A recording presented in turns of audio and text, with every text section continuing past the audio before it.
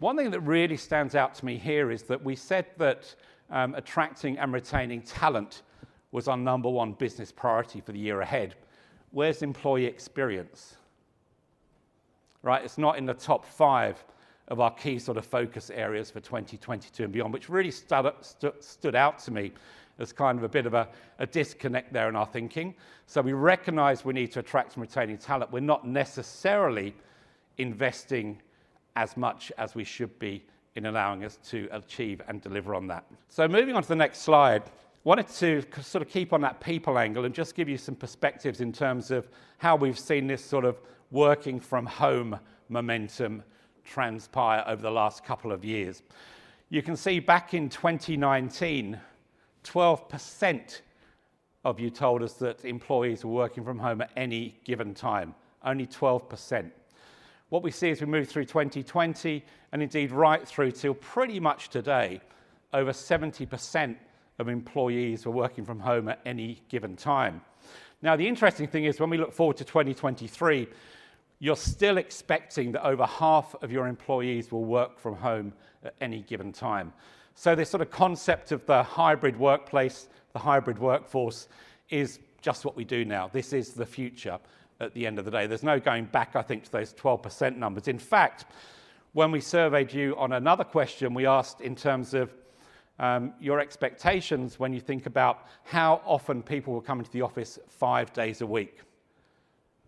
You told us only 2% of employees are working from the office 5 days a week.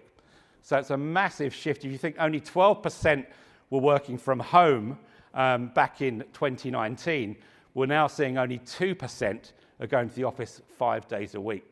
So that sort of massive shift we've seen over the last 2 years will continue apace, I think.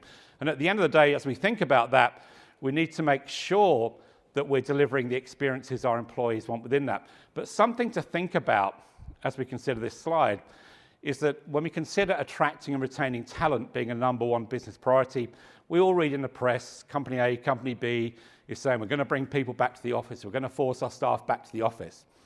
Challenge here is, given the trust we built up with our employees and our workforces over the last 2 years, the fact they've delivered on what we had to deliver on, by and large, we've delivered the capabilities to get through the last 2 years in a remote world. We start bringing them back, what's going to happen?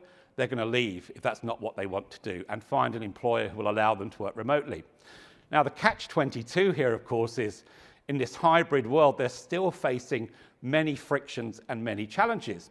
And as we consider this, what happens if we don't really sort of manage and overcome some of these employee frictions? They're going to leave as well. So they're going to leave if we bring them back to the office forcefully. They're going to leave if we let them work remotely, but don't deliver those sort of equitable employee experiences they expect from us in this hybrid world as well. So these are the top 5 difficulties, or if you like, frictions we and our people are facing. And this hasn't actually shifted that much if I go back to sort of April, May 2020, 2 years ago.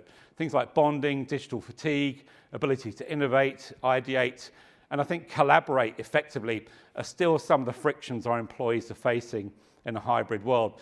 So when we consider the investments we need to be making around attracting and retaining talent, of course, development, training is important, but I would really ask you to consider these 5 areas and what we can do, even collectively today. Seek out your peers, have a conversation about this. What are you doing which is helping your teams bond, helping your teams ideate as well in this hybrid world? Because we've kind of accepted it's there, it's the normal thing we do, but we're still facing some significant challenges within our workforces to really deliver on the things we need to get done and also make them feel part of the organisation with that sense of belonging and purpose.